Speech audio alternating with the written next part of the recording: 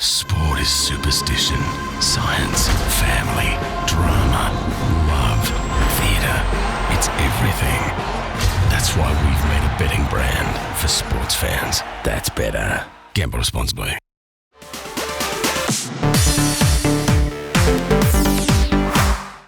Well, finally, the 4-year wait is over. Let the greatest show on earth begin.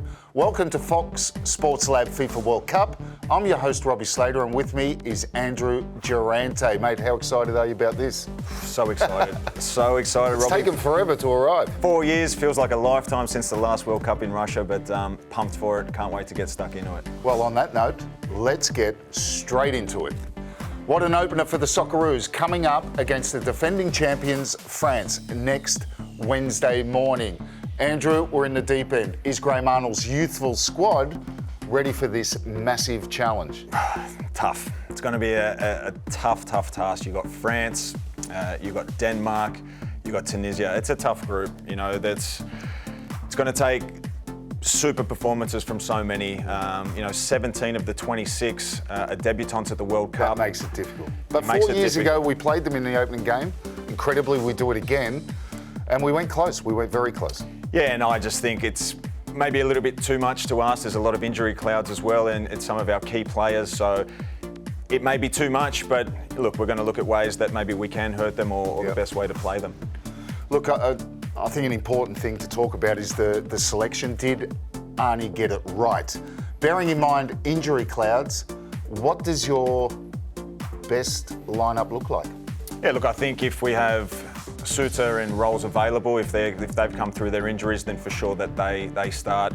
Ristic came under an injury cloud. A replacement for him, Robbie, would probably be Riley McGree. What a goal he scored in coming here. Scored a wonder goal for Middlesbrough. And actually, Riley McGree has played the most minutes out of everyone coming into this squad. And there was a lot of controversy over Langerak and Tommy Rogic, but we've got what we've got, and we need to find out who's going to stand up, and that's my question to do. Who stands up for us? I agree.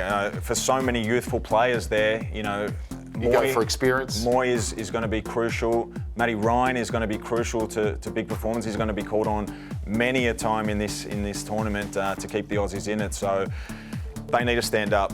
You've got Lecky, who's been at a World Cup before as well, but and Martin Boyle, like you said, he's under doubt. Tillio's been flown across. That's right. So there's so many injury clouds around the starting 11. It's hard to predict at the moment, but look, whoever goes out there, they've got a big job ahead of them. Well, that's why you're here. You've got to predict. Well, I think your prediction was pretty good. Yeah. But look, the topic also that everyone's been talking about, a couple of months ago, he came on and burst onto the scene against Barcelona, and even the Xavi, the Barcelona coach, commented on how good this young kid was. So it's the ace up our sleeve, Karang Kwol. Everyone's talking about him, but he only comes off the bench. It's extraordinary. He's purely an impact player, and Arnie will use him in that way for sure. But is that a risk? Is that he's never started the game? No, I don't think so. I don't think so at all. He is an impact player. He comes on when maybe defences are tired. If the French team decides to open up and leave channels, there's opportunity for him, but he's shown that he can do it. He did it against Barcelona. He does it weekly for Central Coast. Okay, it's not the level of World Cup, but he's so exciting. Well, he did it for the Socceroos against New Zealand. He did it against Barcelona. I think they're the two that Arnie's looked at. He is an ace up Arnie's sleeve, I believe. Yeah, definitely. Well, talking about aces up sleeves, France are missing a couple, Conte, Pogba, but how do we silence their really big guns? The current Ballon d'Or, Karim Benzema, and of course, the world sensation in Kylian Mbappe, who burst onto the scene 4 years ago. He scored more goals than anyone else, including Lewandowski for Poland. 43 goals he scored. So in the 5 top European leagues, he is the man. And the question is, how do you stop him? You don't. I don't know if you can, Robbie. I don't know if you can. It's going to be a hell of an effort for the Socceroos to try and nullify them. The best defences and the best defenders in the world struggle to contain. Does that also? I think in your lineup you've got Nathaniel Atkinson. Yeah. Does he go for a Karacic rather thinking about those attacking players? Yeah. Look, both have done well. It's hard to choose. I think I gave the nod to Atkinson. He's been doing really well at club level as well. His performances in Scotland have been very good. So it's going to be a tough challenge, as we spoke about, but so many exciting people to come off the bench as well. It's like you mentioned, Qual, so it's a super exciting Okay, so pace. I guess that leads us into what does Arnie do tactically? Does he go for damage control against France? Do we go all out for a point? Do you play for a point? That's dangerous. And we know that the first game is so important to not get beaten heavily, because that was the difference between 06 and 14 when we finished on 4 points. 14, we got smashed in the opening game against Germany, 4-0. It was all over. We didn't qualify with goal difference. So it has to be damage control, 100%. I think he has to set up in a defensive style. I think if you go out and try to press and open these, chase the game, then you're going to get smashed. They're too good. So if they can stay in the game as long as possible, I think that gives them the best chance of progressing. The games they really need to look at is Tunisia. Tunisia's 3 a must points. win. And if they can nick a point against the Denmark team, then they give themselves a chance. Okay, so if we say our team's youthful, and we've got experience, of course, as well, the advantage of us qualifying that, remember that first phase of qualifying, we played so many of our games in these stadiums. That is a massive advantage for us.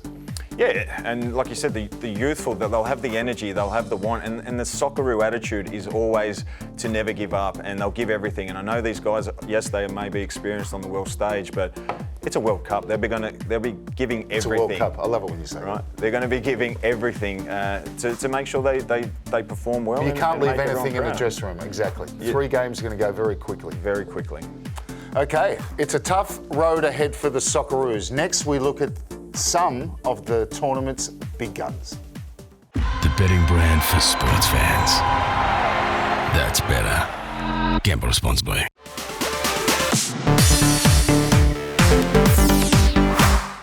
Okay, let's take a look at the first up challenges facing some of the tournament favourites. Well, Portugal may not be a favourite, but Ronaldo certainly is.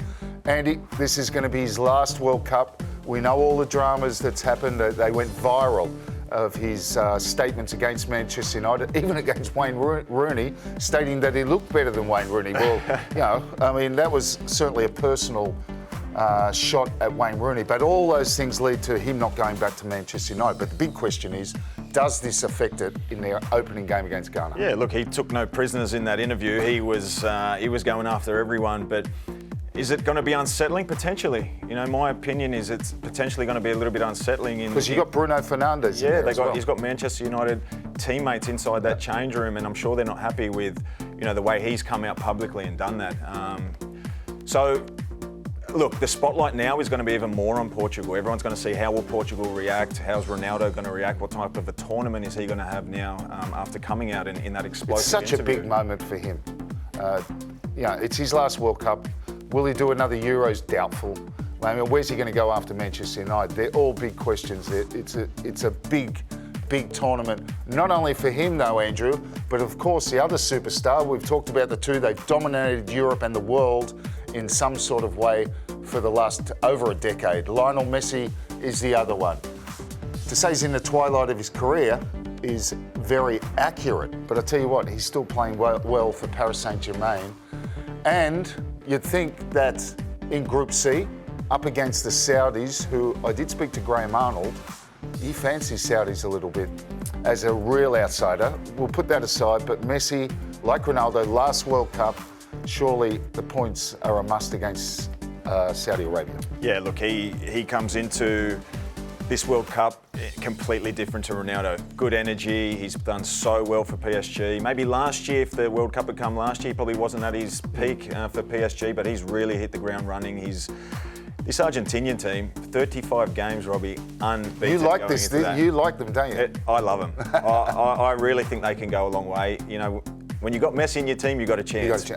But they've got a great network around him now. There's not egos around him. They've got a really strong base of defenders and attacking players, and I think this is his World Cup. And you've got to be impressed with Messi, how he's evolved. He's evolved into a playmaker. Instead, we know of his dribbling and scoring wonder goals, but he really can do it all, and he's added playmaker particularly to his bow. Yeah, he's like I said, his form at PSG has been sensational. It was questionable maybe last year, but questionable. He's one of the greatest players. But this season he's really added that extra element to his game where he's not playing maybe so far forward and doing more creative stuff from a deeper area. Okay, well that's Ronaldo and that's Messi. Now the other one everyone wants to know, and every 4 years, whether it be a Euros or whether it be a World Cup, in England there's a lot of positive optimism. England, can England bring football home? That was the shout at Euros where they lost on penalties. They're up against Iran in Group B, a very playable Group B with Wales there, of course, and Gareth Bale and Aaron Ramsey on their swan song, and of course the USA. They should top this group. They should, and Robbie, you probably know the Premier League better than most. I just think with a backline of Maguire, Stones, and Dyer, are they good enough to progress? I don't think they're going to be that good. Semi-finalists 4 years ago, Euro finalists. They're saying this is the best generation of English players they've had for quite some time. I'm just questionable on that back line. You've got Harry Maguire's been dropped at Manchester United, so exactly right. The game time. Harry Kane up front, yes. Sterling, yes. Quality players. You've got Rashford on the bench. They've got some great midfielders in Mount and Bellingham. I just don't know if they have the quality to progress deep into this point. So we'll tell you that Andrew's got no faith whatsoever in England. I'm on the other side. I think they're a big chance to bringing football home. That's the catch call every 4 years for the Euros and the World Cup. Well, that's three very interesting games that will really set up those respective groups. The betting brand for sports fans. That's better. Gamble responsibly.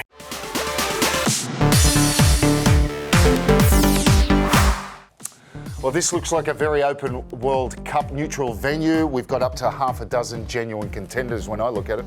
Yeah, look, I think they are. I think you can't go past Brazil, Argentina for me are the two standouts. I think France can progress deep. I think Germany will be there as well. Any dark horses or anyone else that you see? Well, it won't be a surprise to you, but no one's talking too much about them. But I'm looking at someone like Belgium. They've got Kevin De Bruyne, who is one of the best players in the world, and they've got world stars in all positions, including a very good goal scorer, a proven goal scorer in Romelu Lukaku. So that's my surprise packet. Who's yours? Yeah, look, I've gone with the Dutch. I think the Netherlands have kind of flown under the radar a lot at the moment, but they've got such a good balanced team. Van Dijk and De Ligt at the back there, super centre-backs, Memphis Depay up front. I think, and coming into the tournament, 15 games undefeated, so I think they're a real dark horse for this tournament. Well, that leads us straight into the favourite topic, or one of the favourite topics in a World Cup is who is going to win the Golden Boot. Harry Kane won it 4 years ago. Who's your pick? Look, I think Neymar.